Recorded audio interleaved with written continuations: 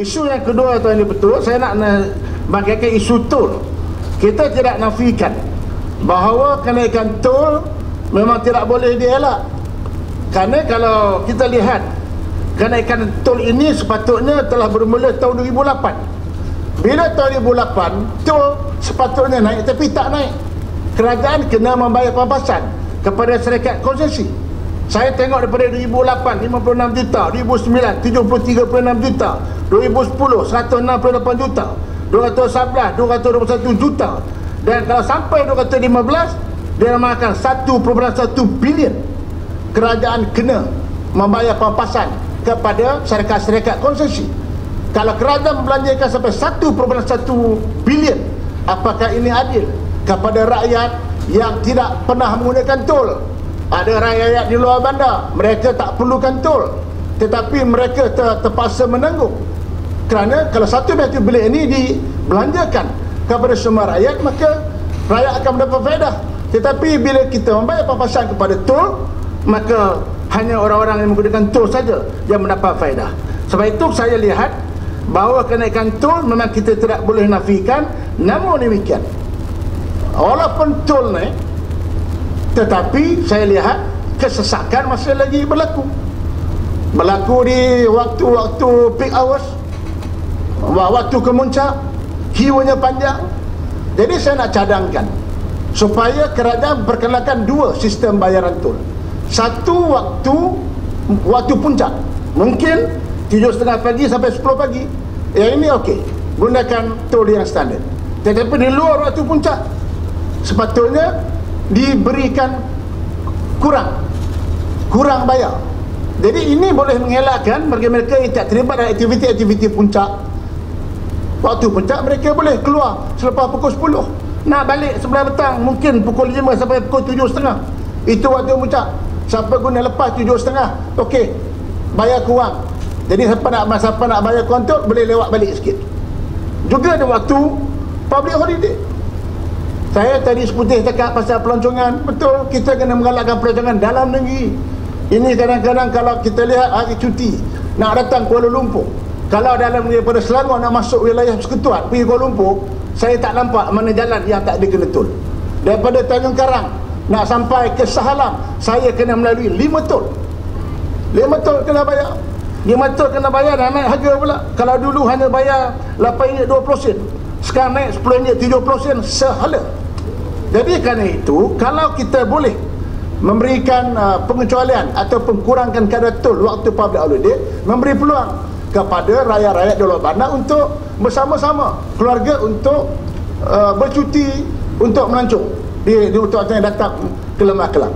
Dan saya juga nak mencadangkan supaya ada tol-tol yang dah lama ini patut ditutup, seperti tol di Federal Highway. Hari ini tol Federal Highway, kalau kita lihat sejarah, bermula tahun 1952, dah 23 tahun masih lagi beroperasi. Nak banding dengan tol Jalan Kuching, baru 16 tahun. Tol Jalan Kuching 16 tahun telah ditutup. Tapi mengapa tol di Federal Highway masih lagi beroperasi? Bukannya satu tol, 2 tol. Daripada Sungai Rasau, kalau daripada Kelang 2 kali kena bayar tol. Daripada Sungai Rasau kena masuk lagi pada Shah Alam pun kena. Sedangkan tol ini dah pun lama. Dan sejarah tol ini juga daripada Federal Highway hanya di-upgrade. Dan saya dipahamkan sebabnya tol ini tidak boleh dibatalkan kerana tol ini letak bawah PLAS. Bila letak bawah PLAS, konsesinya sama seperti jalan daripada utara ke selatan.